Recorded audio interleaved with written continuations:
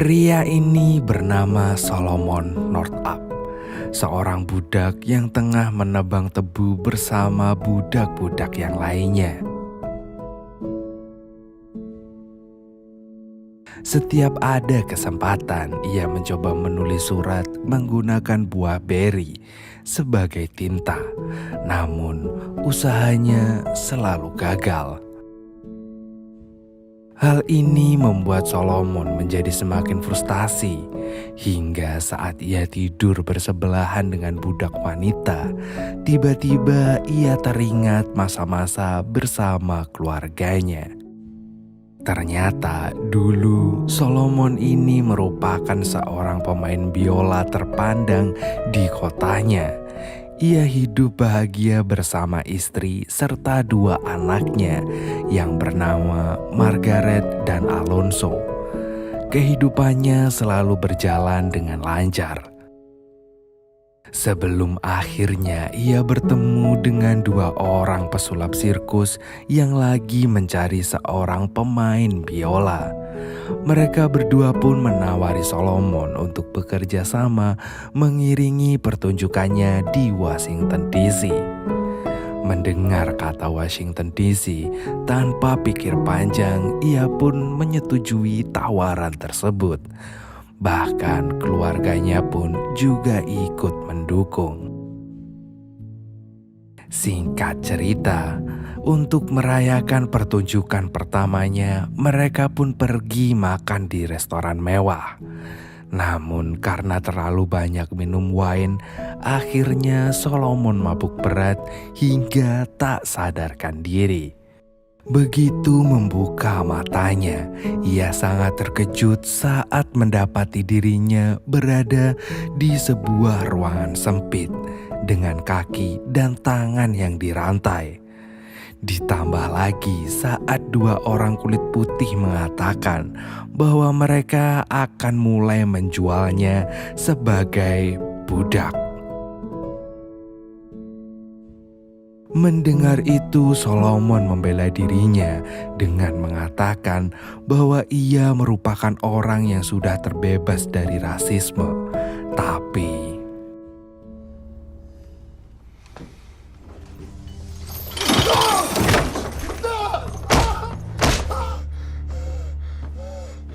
Are you a slave?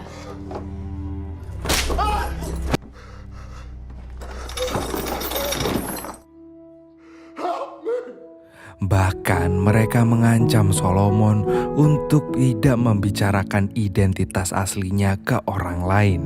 Karena mulai sekarang Solomon resmi menjadi seorang budak.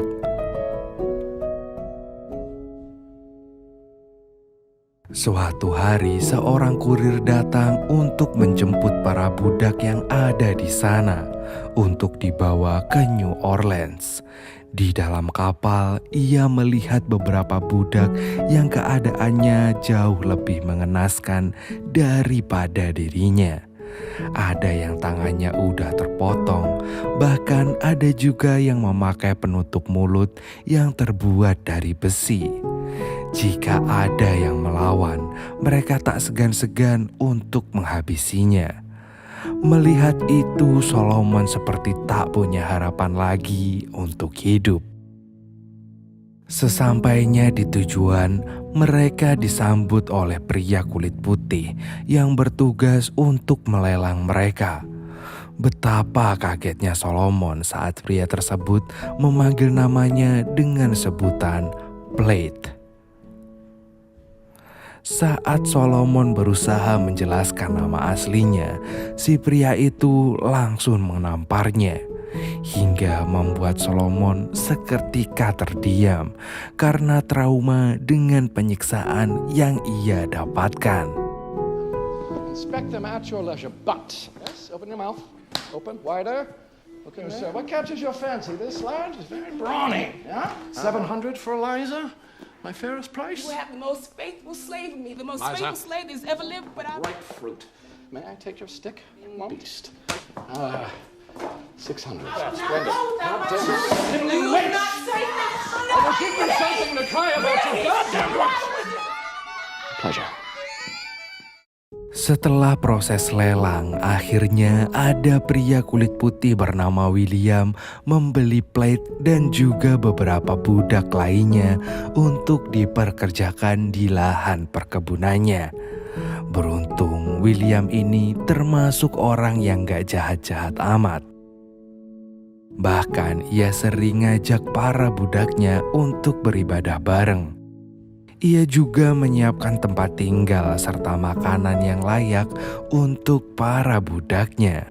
Namun di sana, Solomon harus berhadapan dengan Tibet, anak buah William yang terkenal kejam dalam memperlakukan para budak.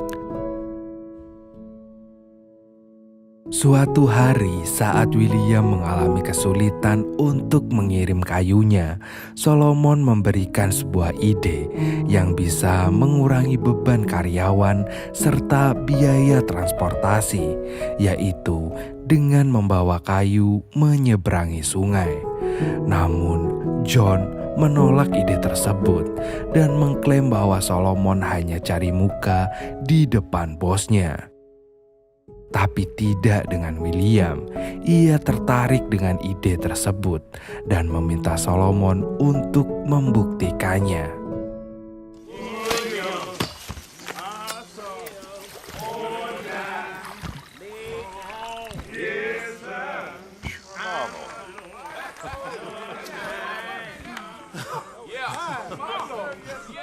Atas ide cemerlangnya itu, William pun memberikan sebuah hadiah biola untuk Solomon karena ia tahu bahwa Solomon sangat suka bermain biola.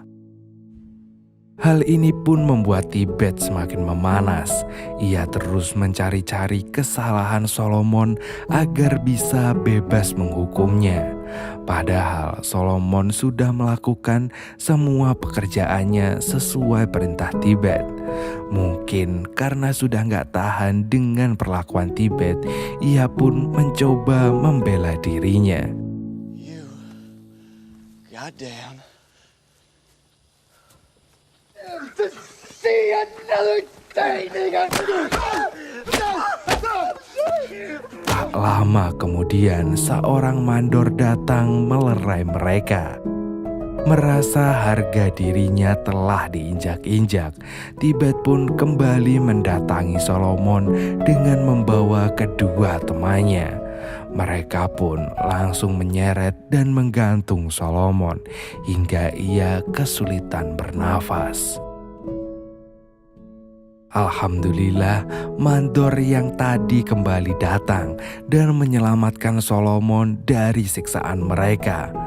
Meskipun si mandor tetap menggantung Solomon, tapi setidaknya nyawa Solomon terselamatkan. Para budak yang melihatnya tak berani membantu karena mungkin mereka takut terkena masalah. Hingga keesokannya, William pun datang dan langsung melepaskan Solomon. Rupanya, William tahu bahwa Tibet tidak akan pernah melepaskan Solomon. Jadi ia pun terpaksa menjual Solomon pada seseorang yang bisa melindungi nyawanya, yaitu Edwin Pett. Tapi ternyata Edwin ini terkenal sebagai salah satu pemilik budak yang sangat kejam. Ia tak segan mencabuk para budaknya jika mereka tak mau menuruti perintah tuannya. Setiap harinya Solomon dipekerjakan untuk memetik kapas di perkebunan Tuan Edwin. Dan setiap hari juga para budak diwajibkan untuk menghasilkan kapas minimal 200 pon. Sayangnya hari itu Solomon hanya menghasilkan kapas dengan berat 189 pon. Jadi mau gak mau ia harus menerima 150 kali cambukan. Berbeda dengan seorang wanita yang bernama Betsy, ia menjadi budak kesayangan Tuan Edwin karena setiap harinya bisa menghasilkan kapas lebih dari 500 pon.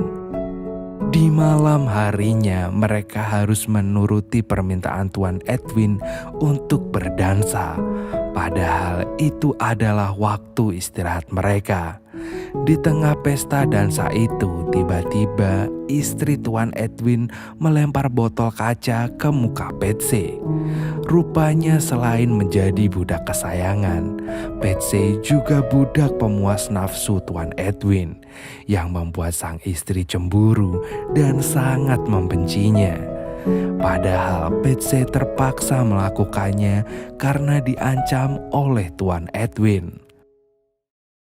Keesokan harinya saat istri Tuan Edwin meminta Solomon untuk membeli barang-barang di toko, ia kepikiran untuk kabur dari tempat itu. Namun di tengah perjalanan, ia tak sengaja bertemu dengan sekelompok orang kulit putih yang menggantung para budak yang mencoba kabur. Melihat hal itu, ia pun menjadi semakin ketakutan dan memutuskan untuk kembali ke rumah Tuan Edwin dengan membawa barang belanjaannya. Malam harinya saat mereka kembali berdansa, tiba-tiba istri Tuan Edwin melukai Patsy dan meminta suaminya untuk segera menjual Patsy. Namun Tuan Edwin tidak menghiraukan permintaan istrinya dan malah menyuruh mereka untuk kembali berdansa. Sementara Solomon bertugas mengiringi mereka menggunakan biolanya. Setelah selesai pesta dansa, tiba-tiba Patsy mendatangi Solomon dan meminta Solomon untuk membunuhnya saja agar bisa mengakhiri penderitaannya yang bertubi-tubi. Namun Solomon menolak tegas permintaan tersebut dan menyuruh Patsy untuk bertahan. Keesokan harinya, seperti biasa, Solomon disuruh istri Tuan Edwin untuk pergi belanja. Namun saat ia tahu bahwa salah satu belanjaannya sebuah kertas, ia pun diam-diam mengambil kertas tersebut dan menyembunyikannya di tempat yang aman. Dengan harapan kertas itu akan berguna untuknya di masa yang akan datang. Di musim panen selanjutnya, Tuan Edwin mengalami kesialan karena ladang kapasnya diserang hama. Jadi untuk menghindari kerugian yang semakin besar, ia pun menyewakan semua budaknya pada salah satu rekannya, seorang hakim bernama Tuner.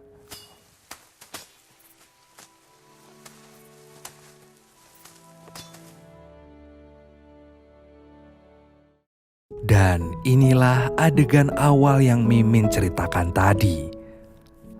Suatu hari Tuan Tuner meminta Solomon untuk bermain biola di sebuah pesta. Bahkan ia akan memberikan upah dari pertunjukannya tersebut.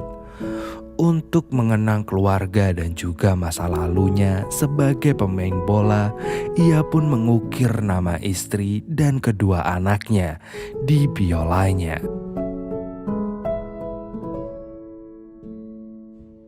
Singkat cerita, setelah beberapa tahun, akhirnya mereka kembali bekerja dengan Tuan Edwin. Betapa terkejutnya Solomon saat melihat kondisi Patsy yang semakin memprihatinkan. Saat mereka mulai bekerja memetik kapas, kita akan diperlihatkan dengan orang kulit putih yang juga menjadi budak. Namun saat beras kapasnya tak memenuhi atau bahkan jauh dari 200 pon, Tuan Edwin hanya menasehati budak tersebut tanpa menghukumnya seperti Solomon dan budak-budak lainnya. Sambil mengobati bekas luka cambukan di tubuh Solomon, budak kulit putih ini mengenalkan dirinya sebagai Armsby. seorang pemabuk berat yang dikeluarkan dari pekerjaannya sebagai mandor. Di sana Armsby juga mengatakan bahwa ia tidak setuju dengan adanya perbudakan yang mereka lakukan. Mendengar penjelasan Armsby, malam-malam Solomon nekat mendatanginya dan meminta tolong untuk mengirimkan surat pada temannya. Bahkan ia memberikan uang hasil dari pertunjukan biolanya sebagai upah untuk Armsby.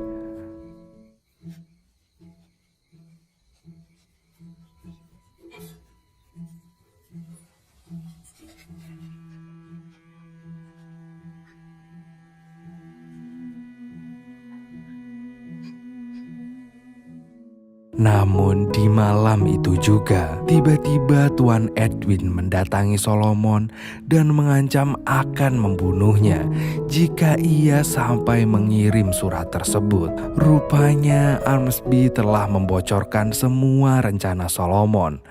Beruntung Solomon bisa meyakinkan Tuan Edwin dengan mengaku bahwa ia hanyalah seorang budak yang tak bisa baca tulis. Ia pun segera membakar surat yang susah payah ia tulis. Beberapa hari setelah itu, Solomon bertemu dengan seorang arsitek yang bernama Bas yang tengah membangun tempat santai di rumah Tuan Edwin. Di sana Solomon tak sengaja mendengar percakapan Bas dengan Tuan Edwin yang mengatakan bahwa orang kulit hitam dan orang kulit putih semuanya sama. Sama-sama manusia biasa yang berhak mendapatkan kebebasan. Kebetulan Bas ini adalah orang yang tidak setuju dengan adanya perbudakan. Apalagi saat melihat para budak disiksa oleh tuannya. Mendengar itu, Solomon yakin bahwa Bas ini adalah orang baik. Jadi dia pun memberanikan diri untuk meminta bantuan pada Bas untuk mengirimkan sebuah surat pada temannya. Awalnya Bas tidak mau membantunya karena terlalu berbahaya untuk nyawanya. Namun setelah mendengarkan kisah Solomon yang begitu pahit, akhirnya ia pun bersedia untuk membantunya.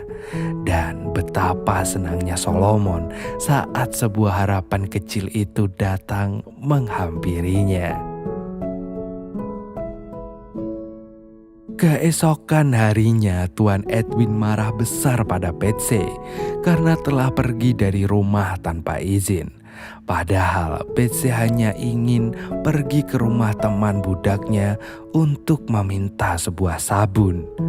Namun Tuan Edwin yang terlanjur emosi tak mau mendengar alasan Betsy dan menyuruh Solomon untuk memberikan hukuman cambuk kepada Betsy.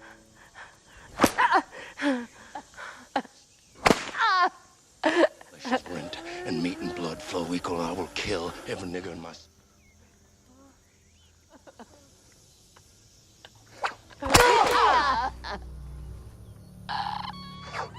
Till I say no more, I ain't said nothing. Give me what? Get out. Sooner or later. Sin. There is no sin. The moment plan.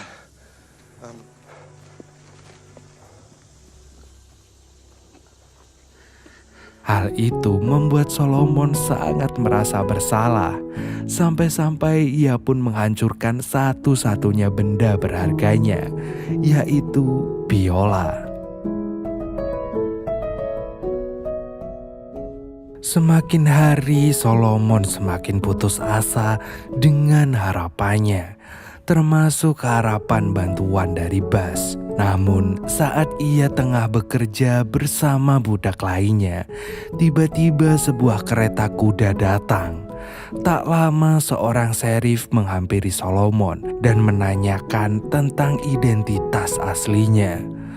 Betapa senangnya Solomon saat melihat temannya membawakan surat kebebasan untuk dirinya. Bahkan temannya yang bernama Tuan Parker mengancam Tuan Edwin untuk membawa kasusnya ke pengadilan jika Tuan Edwin tidak melepaskannya. Sebelum pergi, Solomon pun berpamitan dengan Patsy. Dan akhirnya setelah 12 tahun terjebak menjadi budak, ia pun bisa kembali bertemu dengan keluarganya.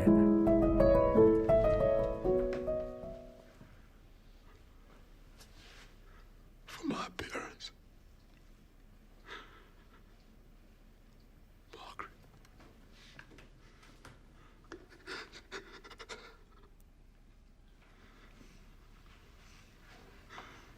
It is very good to meet you, sir. Solomon Northup Staunton. Solomon, forgive me.